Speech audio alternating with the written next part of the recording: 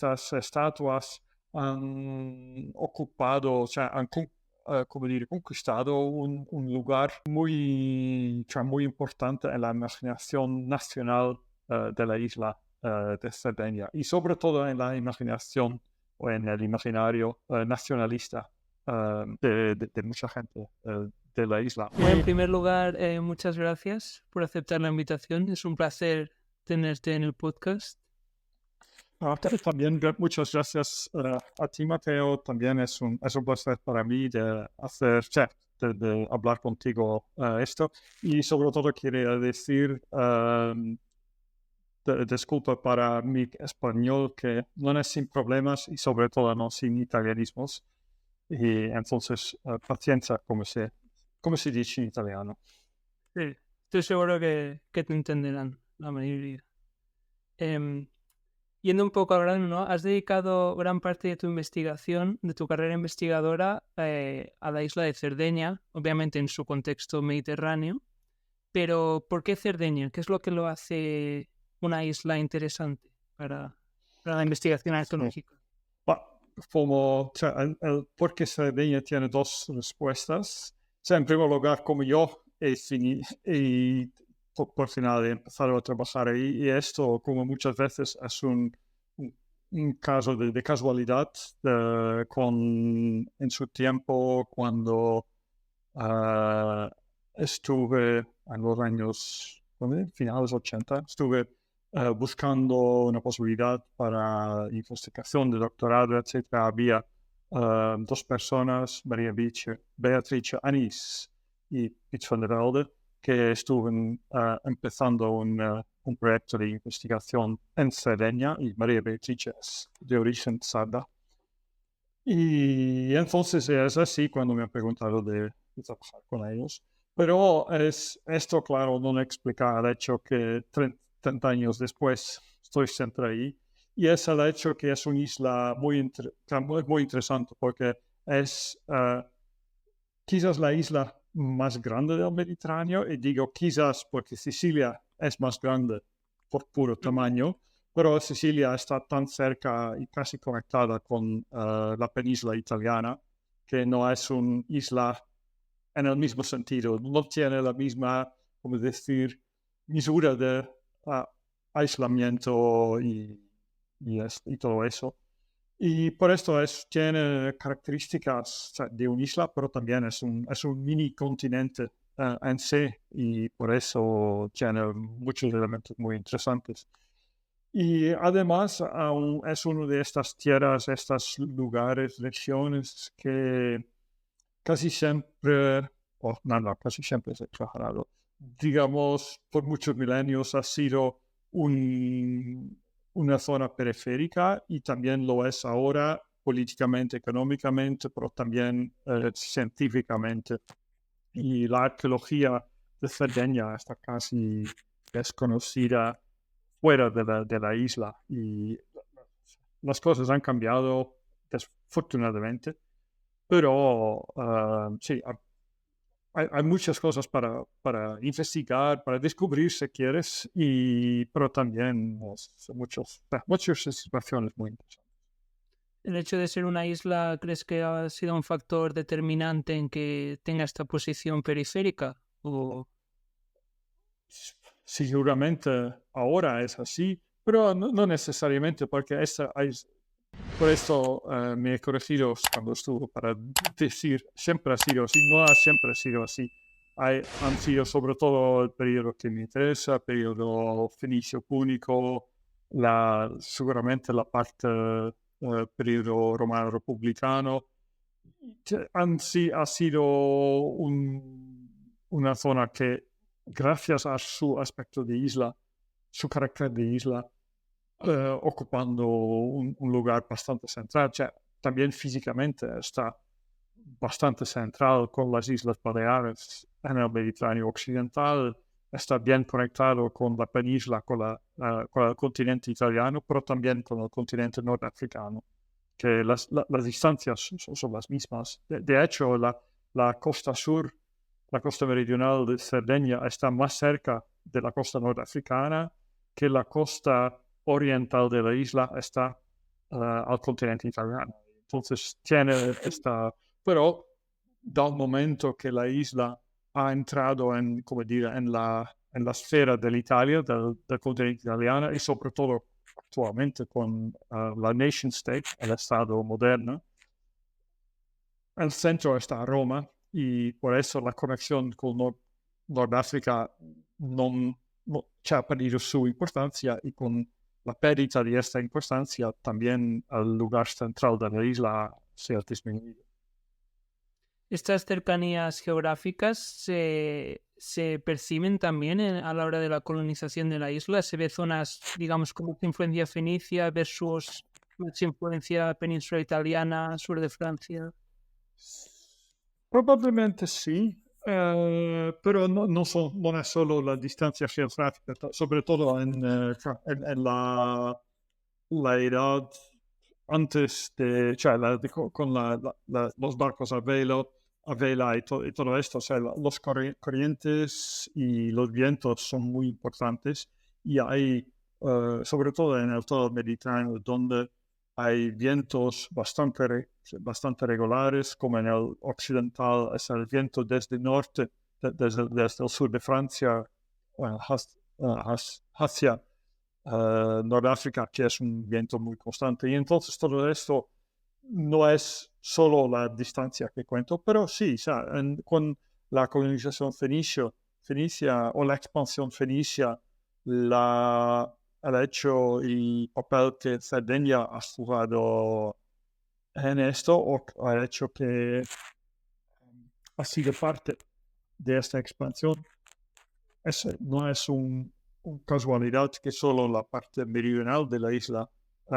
hice parte. Y esto todo porque eso el Golfo de Oristano, el Golfo de Sulcis, que son en el occidente y en el sur, que son lugares donde estas corrientes para ir hacia el continente, llegando desde Nordáfrica o volviendo desde la península ibérica. Estos más o menos son los lugares donde se encuentra la isla. La cultura norágica, digamos que es uno de los capítulos fundamentales en la historia de Cerdeña. ¿Podrías explicar un poco los orígenes de esta cultura y cómo se desarrolla? Los orígenes son sagas. Esto es muy importante para decir. Es buscar orígenes que, como muchas veces tiene mucha importancia o ocupa toda la atención. Esta es un poco exagerada. O sea, siempre hay varias aportaciones, pero sí, es la isla misma. Claro, la cultura norágica tiene sus antecedentes en el neolítico tardo, pero también hay conexiones por varias veces con las otras islas que también han estructuras megalíticas o megalitismo, sobre todo Córcega, y el megalitismo de las Baleares no es muy claro, que no hay conexiones muy claras. O sea, algo de conexiones hay, pero no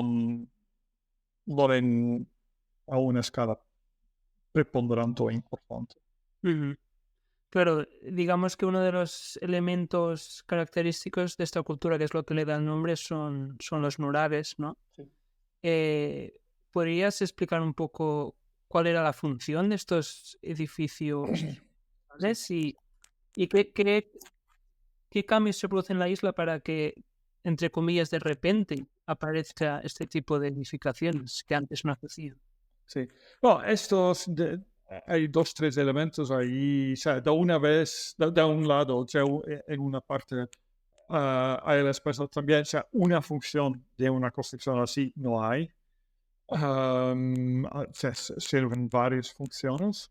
Y también su origen, o sea, hay un megalitismo, no solo en estas islas, también en muchas otras islas, también en zonas continentales, porque en tierras donde no hay grandes árboles, la construcción en piedra es algo muy normal en todo el Mediterráneo. Pero en unos lugares, en una zona, se desarrolla casi una obsesión con construcciones que de hecho diventan megalíticas. Y esto muchas veces son islas y en estos sentidos sí, el hecho de ser una isla tiene algo que ver con esto, pero es muy difícil para decir si es el hecho que es una isla, es el hecho de identificar un elemento muy específico. Pues, ¿cómo funciona? Se desarrolla simplemente como habitación y para eso quizás mejor de concentrarse en una situación como Cerdeña y explicar o buscar una explicación.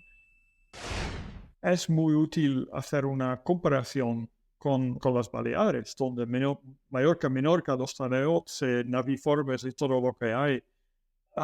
Son dos islas muy cercanas, pero hay diferencias. Que el Naviforme en una isla es más habitación, sobre todo, aunque no únicamente, habitación. En la otra Menorca se desarrolla más como sepultura, como lugar. ¿Por habitación te refieres a hábitat? Digamos que eran zonas de hábitat. En Cuando Mallorca, dices sí, o en... sí, no, es los antiguos del pretaleótico, las naviformes, que ahí que son habitaciones en primer lugar, son los primeros. Y algo así, estos naviformes podrían ser, si puede comparar con los llamados protonuragi, que son habitaciones, pero la diferencia es que los protonuragi no fueron las habitaciones mismas, era más algo como una plataforma sobre la cual se construyeron cabañas o edificios para las habitaciones, digamos así. Ujú. Y desde ahí, pero lo que es un hecho único de la Cerdeña es el desarrollo que durante este periodo nurágico, la construcción de estas torres, que sobre todo se cierran todo en piedra. O sea, no es como los brochs en Escocia, que tienen una forma algo similar, pero que no se cierran en piedra, que tienen se cubren como en madera. Claro, algunas de estas nuragues parecen auténticas fortalezas, ¿no? O sea, Sí, no, y claro, tienen algo, o sea, es un monumento en el sentido verdadero de esta palabra, es algo que crea una impresión que es, o intimidad, yo diría que tiene que intimidar. Entonces tiene estas varias funciones, entonces ahora volvemos a estas de funciones. Sí, se habita o que sea una familia, varias familias, o que sea un conjunto de familias aristocráticas, pero crea también, es como decir, es una expresión, o más que una expresión, un statement en inglés, sí, una afirmación. una afirmación de verdad. De la presencia de esta gente en este terreno. O sea, nosotros estamos aquí y claro, y esto sí tiene que ver y reconocer esto hecho. Y esto sí, pero si la intimidación no es suficiente y hay problemas y violencias, porque se no quería negar que había esto. En estos casos sí, son edificios que son muy útiles para defenderte. Y claro, y en esto tiene esto doble o triple sentido, habitación, un uso simbólico, podría, una función simbólica se podría decir, y también ya esto de, como dire, de marcadora en el paisaje. Sí. Y por final, por esto, y ahora el último punto es que, pero un otro motivo porque no tiene mucho sentido de hablar de una función de un nuraghe es el hecho que estas funciones no siguen ser iguales todo el tiempo. La cultura nurágica, digamos, como tradicionalmente reconocido, dura casi un poco menos de un milenio, y hay cambios muy importantes. Pero cuando termina el periodo Jurásico, y con esto no es tan claro, se termina con la edad del bronce, o si la edad del hierro hace parte del Jurásico, sí o no, pero también en este momento no se abandonan, y en la edad púnica, en la edad romana, son los lugares rituales. En el primero medioevo hay varias nuraghi que se utilizan para sepulturas de alto rango, de élite, y sobre todo muchísimos de estos nuraghi se continúan hasta hoy en día a utilizar para la caza, para encontrar un lugar con un poco de calor, o ¿cómo diré? Frío. De frío. Sí, de verano, de invierno, o cuando lluvia, o sea, de reparo, de protección de estos sentidos. Y se utilizan aún hoy. Algunos incluso se convirtieron en iglesias, ¿no? Si no recuerdo mal. No, iglesias no se convirtieron. Hay un caso donde se construye en la edad bizantina, es el caso de Santa Sabina. Se construye una iglesia junto, o sea, a 50 metros del nuraghe. Entonces hay un claro esto, pero también esto, o sea, la presencia del nuraghe claramente para la gente en edad bizantina afferma, significa cioè, come dire, un lugar, un papel importante, que sea ritual, que sea espiritual, que sea no sé qué. Y claro, esto se reconoce, se construye, no sé, un nuraghe que es a una hora, son 15, 20 metros que está ahí. Entonces no es un caso que han construido la iglesia junto a esto. Claro. Claramente que tenía un significado. Ujú. Otro de los elementos así, digamos, característicos, podríamos decir, o más enigmáticos incluso, son estas grandes esculturas, los que se conocen como los gigantes de Prama. También han dado mucho que hablar. ¿Podrías dar un poco tu visión acerca de estas esculturas? ¿Qué significado representan y cómo han sido utilizados también hoy en día como símbolo? Sí, sí. Bueno, sí, allí hoy en día es un aspecto muy importante de estos. Sí, han sido descubiertos en los últimos años de los años 70. Es un hallazgo casual en las colinas de la zona del Sinis, en la Cerdeña centro-occidental. Y ahora conocemos algo, o sea, no, han excavado 2, 3 campañas bastante largas, final de los años 70, y las estatuas habían encontrado algo 15, 20 estatuas o torsos, partes bastante grandes, y miles y miles de fragmentos más pequeños. Todo esto ha sido en los depósitos de la superintendencia hasta el 2011, y por los motivos normales, usuales, de una burocracia muy lenta y falta de dinero, pero por final del 2011 han empezado con una grande campaña con bastante publicidad de todas estas estatuas, pero en este tiempo 4 o 5 de estas estatuas, las mejores, han siempre estado desde el inicio de años 80 en el Museo de Cagliari. Y algo se han publicado, hay ya un libro, Carlo Tronchetti, sobre todo en el 80, no me recuerdo, 88 quizás, ha publicado el libro I Sardi, que habla de la primera parte del primer milenio antes de Cristo, età del hierro, edad arcaica. Y y este libro tiene una imagen de unas de las esculturas en la copertina, en la the cover. No, Ah, en la cubierta. la cubierta, sí. Y, y- pero cuando la restauración en 2011, en estos años, en Cerdeña bueno, o quizás han empezado un poco antes, en 2011 es el año cuando han terminado, quizás, sí, así, bueno, no me recuerdo exactamente. El 2011 es el año importante, cuando terminó, terminé la restauración y han creado una exposición en los espacios de la Superintendencia de Sassari, donde hay el centro de restauración.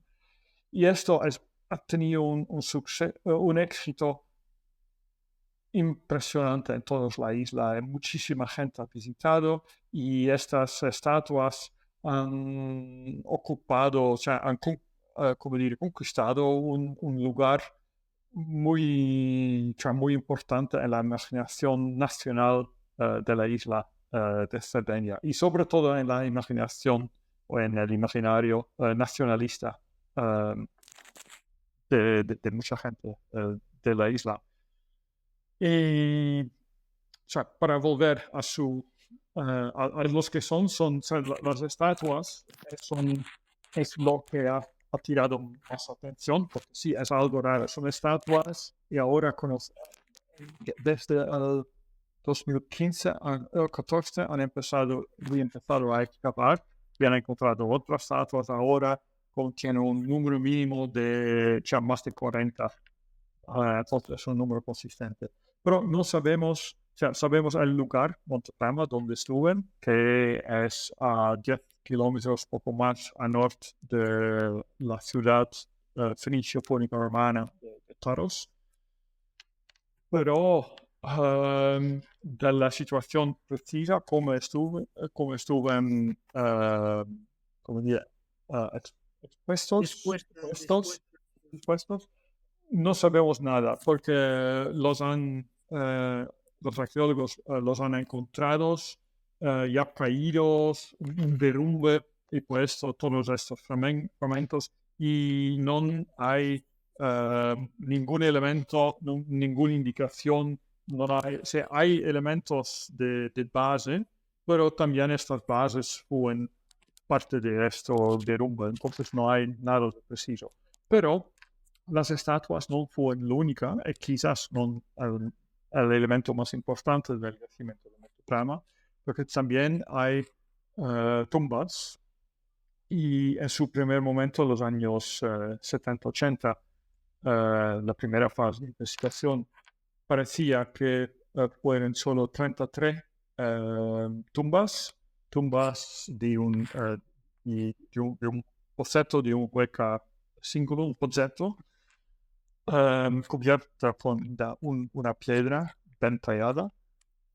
Pero ahora sabemos con los últimos descubrimientos que ya había una necrópolis de la tarda edad de bronce y ahora conocemos casi 200 o 300 de tumbas de tipologías que varían un poco y hay elementos diversos y hasta la parte de los 33, digamos, originales o no originales, que han descubierto como primeros. Esto es la última fase, es la fase monumental y esta es la fase que está asociada con las estatuas. Entonces parece lógico y probablemente fue así que estas estatuas tenían una conexión con estas tumbas, pero no hay una conexión estratigráfica, porque bajo varios, sobre todo bajo un cuerpo grande de una estatua bien conservado, estuvo una ánfora púnica del cuarto siglo, estuvo bajo de una de estas estatuas. Entonces, en un momento muy tarde, fue no digo reorganización, pero han hecho cosas, han creado más confusión con estas estatuas y por eso no teníamos y es imposible saber, o sea, hasta que encontramos por ahora, de verdad, no parece que se han conservado indicaciones. Pero sí podría, porque estas tumbas, 33 tumbas monumentales, crean una línea y por eso no sería sin lógica a suponer que estas estatuas también estarían en una línea o algo. Sobre todo porque ahí hay un espacio abierto que parece una carretera, que en los lugares que son más estrechos, entre la colina y una laguna, es una carretera que sale o va hacia Taros de un lugar en el interior de la Cerdeña de otra parte. Y entonces hay como decir, el yacimiento, el lugar en su total tiene un aspecto alineado, o sea, con de conexiones. ¿Y qué representan estas estatuas? Son, o sea, la iconografía, o sea, lo que es única de esas estatuas es el tamaño. Son de tamaño, como dije, verdadero, de tamaño humano, un poco más.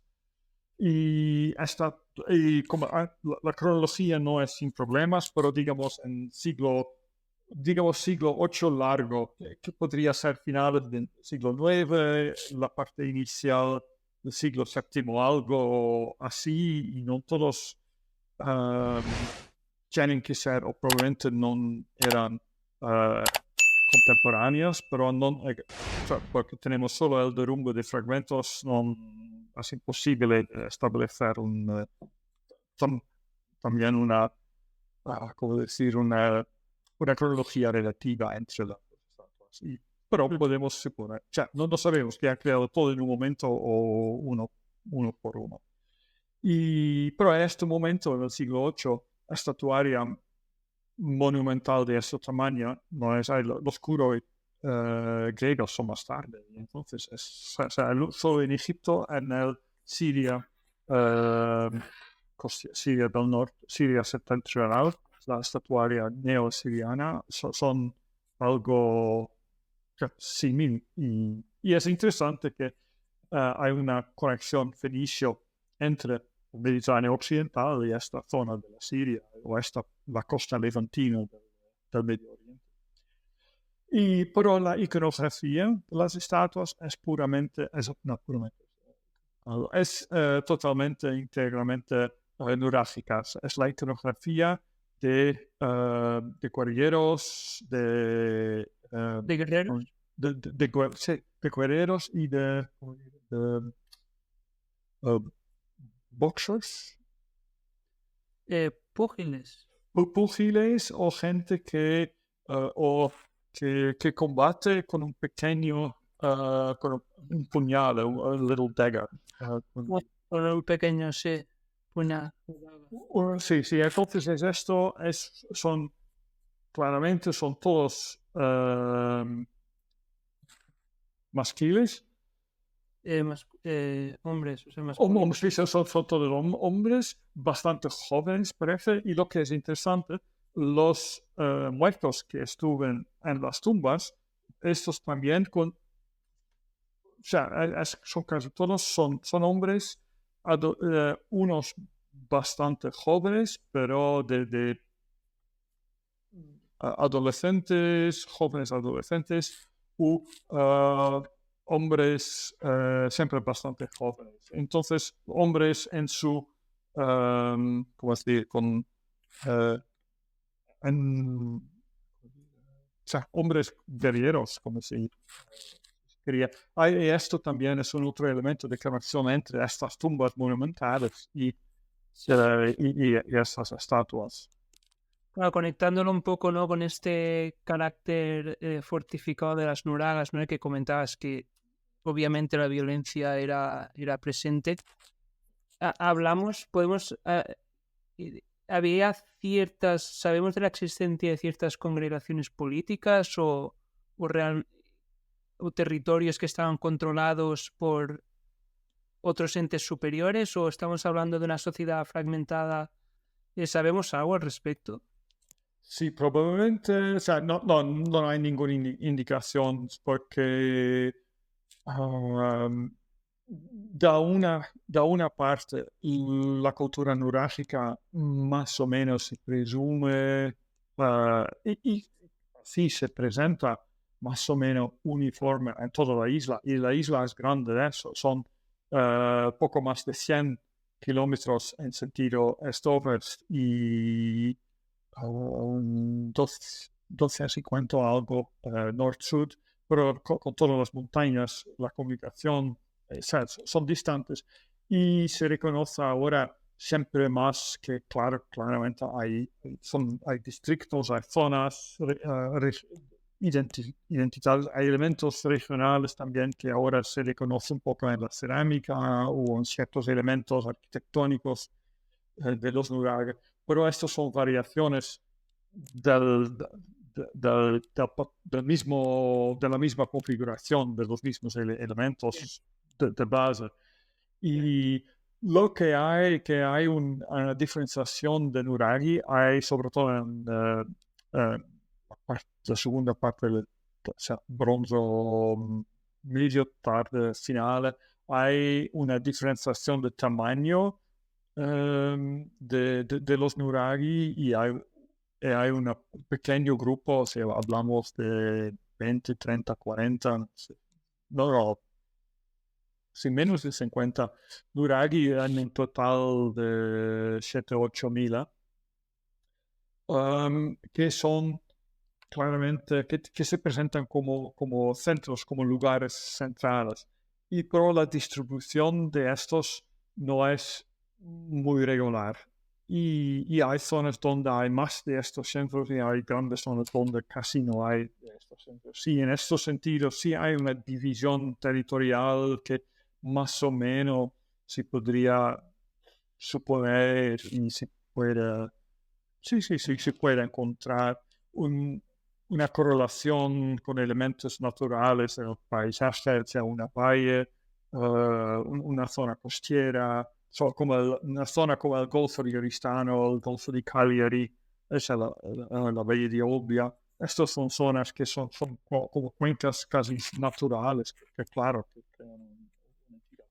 Pero como situaciones políticas, hay algo más en la ley del hierro, donde cuando en el bronce final y el hierro, cuando se desarrollan santuarios centrales muchas veces se llaman santuarios federales, que están siempre en el interior, no necesariamente en todo el interior, en las montañas, pero nunca a la costa, en la costa, pero podrían ser en la primera fila de montañas.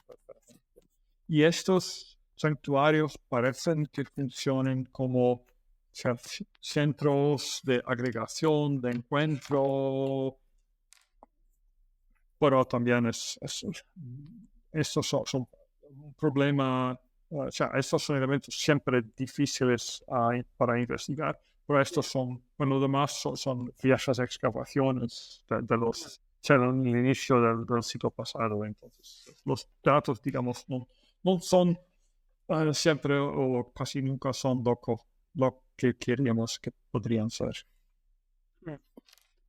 Yo recuerdo en un vuelo a Estados Unidos, uno de los documentales que ofrecían en el avión, hablaba precisamente de Cerdeña, pero se centraba sobre todo en una de estas teorías de la conspiración que asocian la cultura nuraghica con Atlántida, si no recuerdo mal.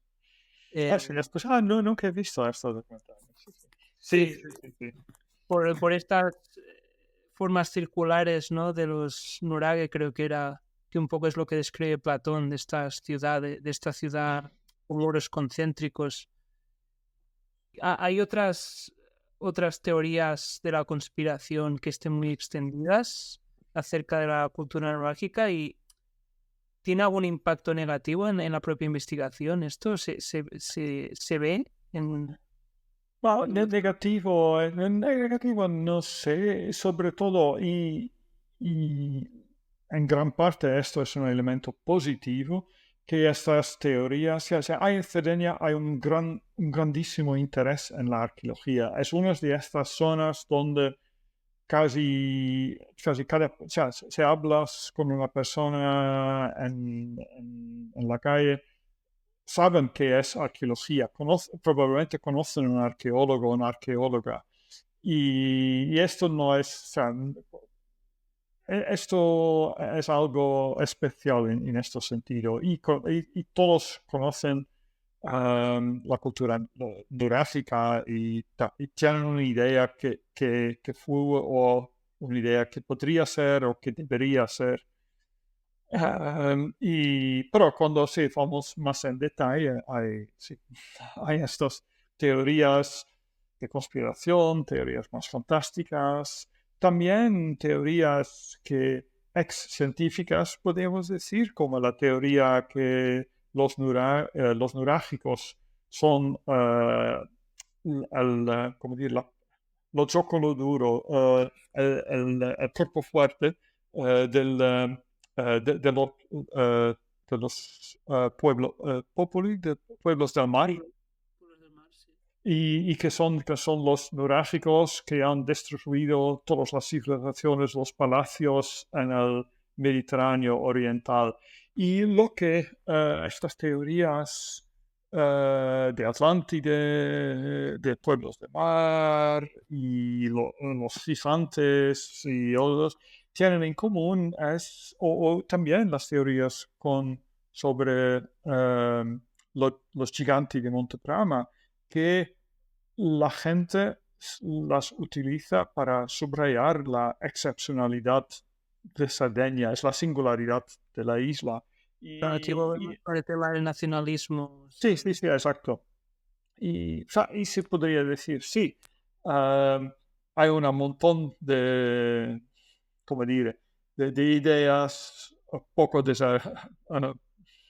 poco desarrollados o con poco sentido, pero también se podría decir, sí, esto ha creado un interés y también una voluntad para proteger la isla. O sea, claramente que hay en la isla hay problemas de tombaruoli, de excavaciones ilegales, de todo esto, pero no es en la escala como lo ves en Etruria o en el Medio Oriente, porque la gente está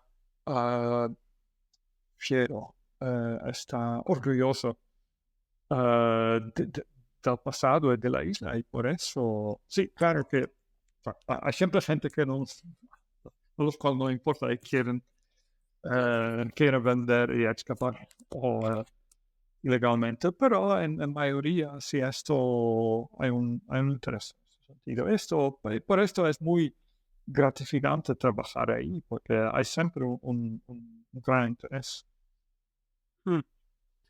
Ya llegando al final, cambiando un poco de tema, claro, tú digamos, tu carrera académica has pasado entre Reino Unido y Estados Unidos, recientemente Estados Unidos, pero también tienes vínculos fuertes con España en este sentido.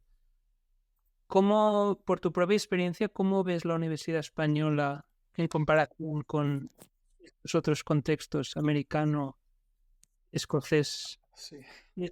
¿Qué es lo que hay algo que hayas observado que es distinto o que te haya llamado la atención? Sí, son dos mundos diversos. O sea, ya hay una diferencia entre Gran Bretaña y España, como hay entre Holanda o los países nórdicos, los países mediterráneos, digamos así. Pero, o sea, son los Estados Unidos donde sí, la diferencia es más explícita. Y sobre todo donde, o sea, yo donde trabajo en la Brown University, en una universidad privada, o sea, son estos los Ivy Leagues, que es una situación muy diversa, porque ya, o sea, esto quizás es la diferencia mejora, no mejora, más grande. La diferencia principal es la diferencia entre pública y, y privada, que no, para cambiar cambiar un curso, no hay esta burocracia, no existe esta burocracia que crea muchas veces complicaciones, digamos, y esto no es un problema español, es un problema que vemos en varios modos. Pero esto siempre, al mismo tiempo, se puede decir, hay claramente buenos argumentos no, para universidades públicas, a favor de universidades públicas. Pero también tienen estos complicaciones, digamos así. Y por otro, o sea, esto es, en este sentido, es algo que he visto en estas décadas en Holanda, Gran Bretaña, y también en Gran Bretaña hay una diferencia clara entre Escocia y Inglaterra. Ya el hecho en Escocia, el primer grado, la licencia, son 4 años en Escocia, 3 en Inglaterra. Entonces, ya en un país hay una diferencia notable. Pero una diferenciación es que en Europa, donde los ministerios, los gobiernos han siempre introducido la fuerza del mercado, que siempre y motivos de eficiencia. Y en este sentido, las universidades privadas han siempre subrayan más fuertemente, o priorizan mejor la libertad académica, esto es irónico, que hay más presión sobre la libertad académica en Europa que en estas universidades privadas de América. Curioso. Una pregunta que siempre le hago a los invitados es ¿qué consejos le darían a un estudiante que acaba de empezar a carrera de historia o de arqueología? ¿Qué es un papel? ¿Qué consejos le darían? Entusiasmo. Entusiasmo es lo que necesita. Porque sí, no es fácil, pero sobre todo si piensa en una carrera académica, pero que la carrera académica no es la única carretera que hay, la única posibilidad que hay, en estos con los mundos comerciales y no solo de excavación, pero también con las fundaciones y muchísimos museos de algo. Hay muchas posibilidades y el profesor de arqueología, el tipo, digamos, Indiana Jones, no es la única posibilidad que hay. Una carrera académica sí es siempre difícil, pero lo es también en química. Sí. Y entonces entusiasmo siempre. Y sí, la voluntad de estar fuera, pero lo podrías decir, trabajo del campo, pero también ahora la parte de los laboratorios es muy importante.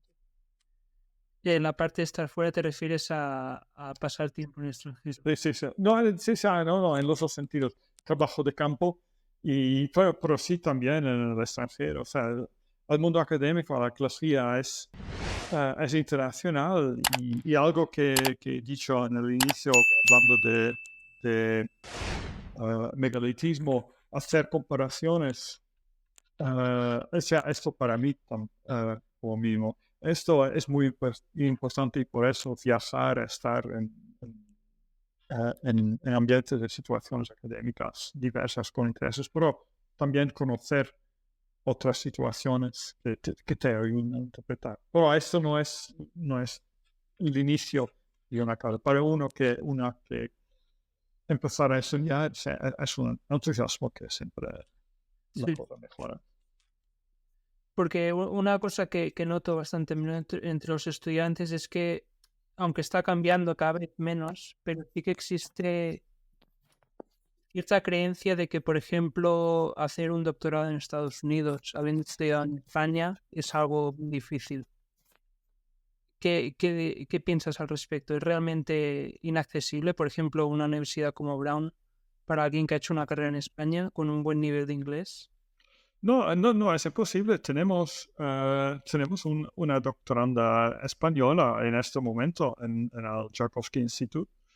Es also posible, ¿no? No fácil, sí.